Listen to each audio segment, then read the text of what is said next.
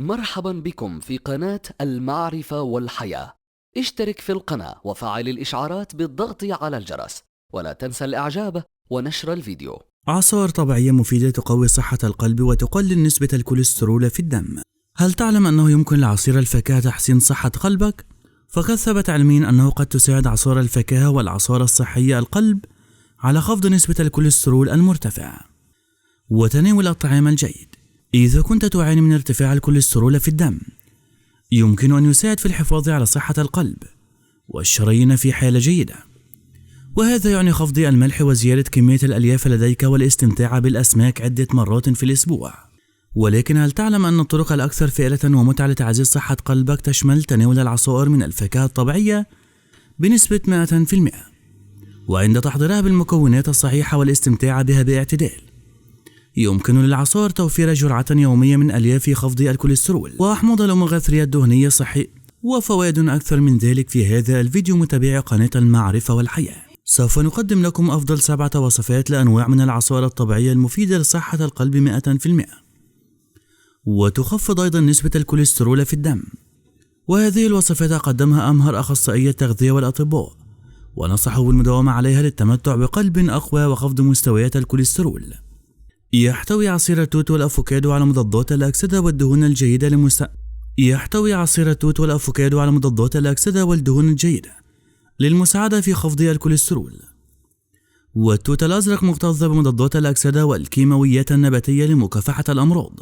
ويحتوي الأفوكادو على أحماض دهنية أحادية غير مشبعة، والتي ثبت أنها تساعد في تقليل خطر الإصابة بأمراض القلب. كما أن فيتامين B6 وحمض الفوليك في الأفوكادو يوفران دعما للقلب. بذور أشياء تساعد في زيادة مستويات الكوليسترول الجيد HDL، وعنصر غني بمضادات الأكسدة وأحماض الأوميغا 3 الدهنية المفيدة لصحة القلب والأوعية الدموية. الموز مع الحليب.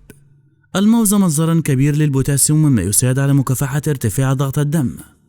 كما أن هذا العصير يحتوي على النسبة المثالية لأحماض الأوميغا 3 وأوميغا 6 الدهنية، والتي تعد ضرورية لصحة القلب وتحسين الدورة الدموية والأوعية الدموية ووظائفها.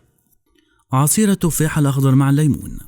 عصير التفاح الأخضر مع الليمون لديه البيكاتين لصحة القلب والبوتاسيوم، والمزيد من التفاح في نظامك الغذائي يعني أخبارا طيبة لقلبك، وذلك لأن التفاح قد تبين أنه يحتوي على مركبات تؤخر انهيار LDL أو الكوليسترول السيء.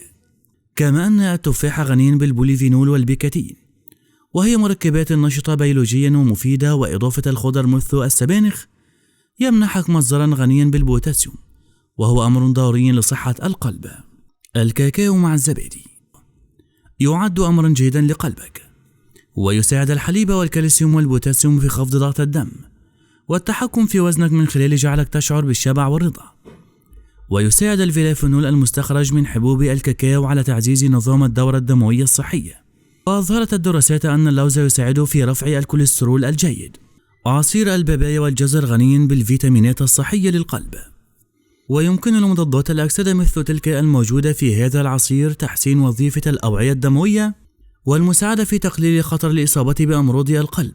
والبابايا مفيدة للغاية للوقاية من تصلب الشرايين، وذلك بفضل الفيتامينات C و E. كما أن الجزر غني بالمواد المضادة للأكسدة، والتي يمكن أن تساعد في حماية نظام القلب والأوعية الدموية. وفقا لموقع Everyday Health، يمكن لعصير الرمان والعنب المساعدة في خفض نسبة الكوليسترول. ويجمع هذا العصير بين 2 من الثمار فائقة الفائدة، العنب والرمان، وذلك في مشروب واحد قوي، ويحتوي كلاهما على مضادات الأكسدة القوية التي يمكن أن تساعد في حماية القلب والأوعية الدموية. ويساهم التوت بالألياف للمساعدة في خفض الكوليسترول في الدم. متابعي قناة المعرفة والحياة، لو أعجبكم هذا الفيديو لا تنسوا الاشتراك في القناة والإعجاب بالفيديو وتفعيل علامة الجرس لكي يصلكم كل إشعارات القناة إن شاء الله.